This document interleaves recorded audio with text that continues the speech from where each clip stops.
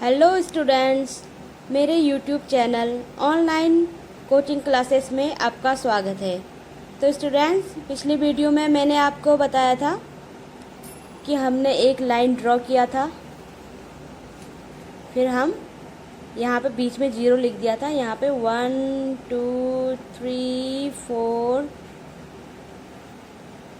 Answer, यहाँ पे -1 -2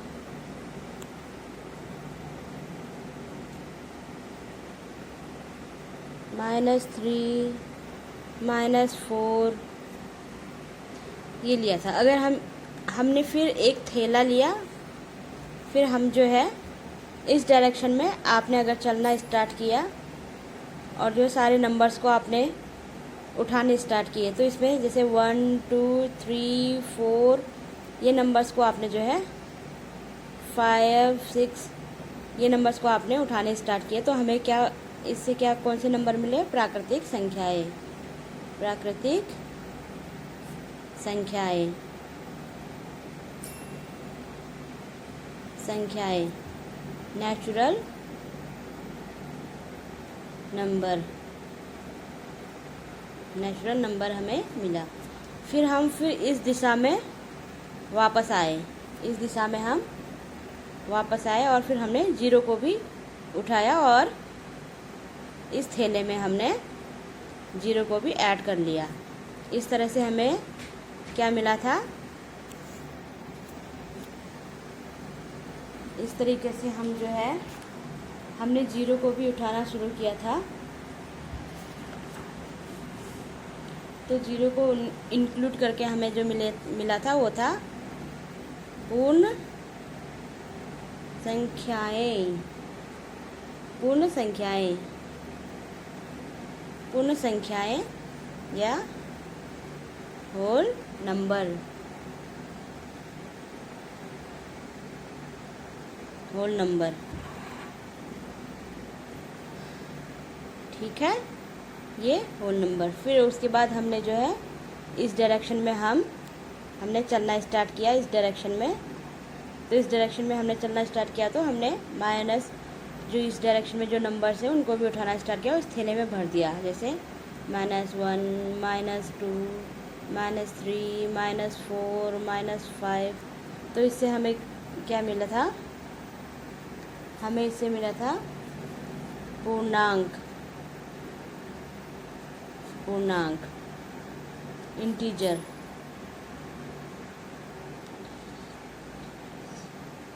integers. ठीक, अब हम देखेंगे इस वाली लाइन में। इस वाली लाइन में कुछ और संख्याएं बची है, कुछ और संख्याएं हैं इसमें। हाँ, इसमें और संख्याएं बची है। जैसे यहाँ पे है 1/2 1/3 1/4। इस तरीके से जो है हमारे जो बीच में जो संख्याएं हैं -1/2 -1/3 जो हमारे अपॉन में आते वो भी हमारे इस जो है इस जो ये रेखा ड्रॉ की हमने, जो लाइन ड्रॉ की, उसमें हमारे वो नंबर्स भी हैं। जैसे 1/2 3/4 5/2 -2/3 -1/2। इस तरह के हमारे नंबर्स भी इनके बीच में हैं। तो इस तरीके के जो नंबर्स हैं उनको क्या कहेंगे? परिमेय संख्याएं।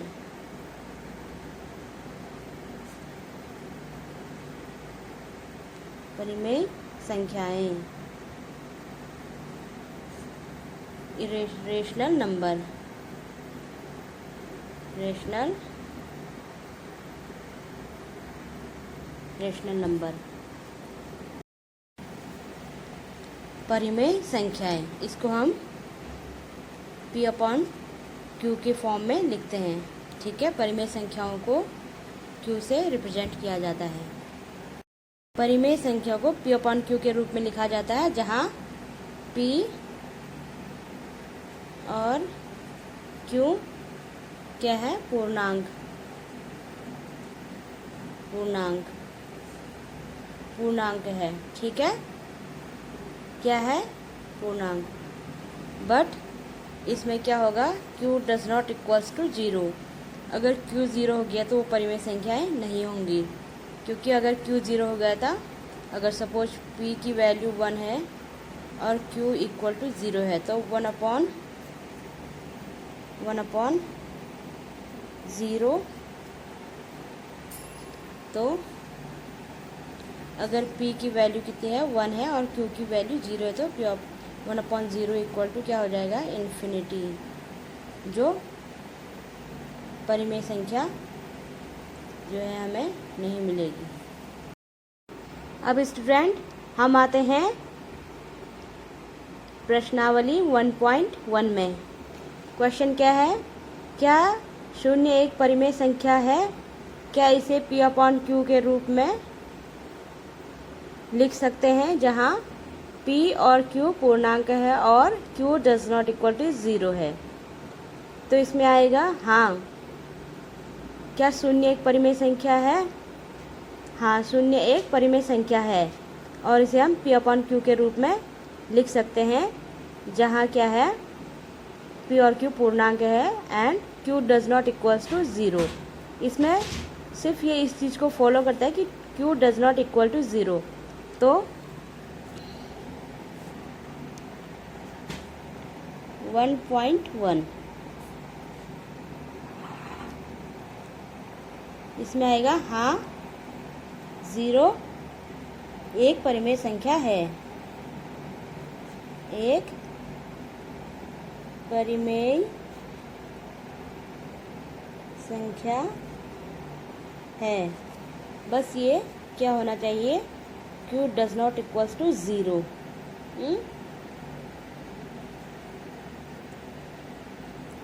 और जो है p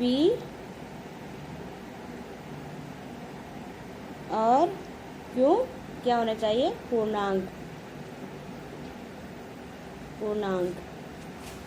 पूर्णांक होने चाहिए, ठीक है। तो 0 इक्वल टू ये आएगा 0/1, 0/2, 0/3। बस ये नहीं होना चाहिए 1/0, 2/0, ये नहीं होना चाहिए, ये होना चाहिए, ठीक।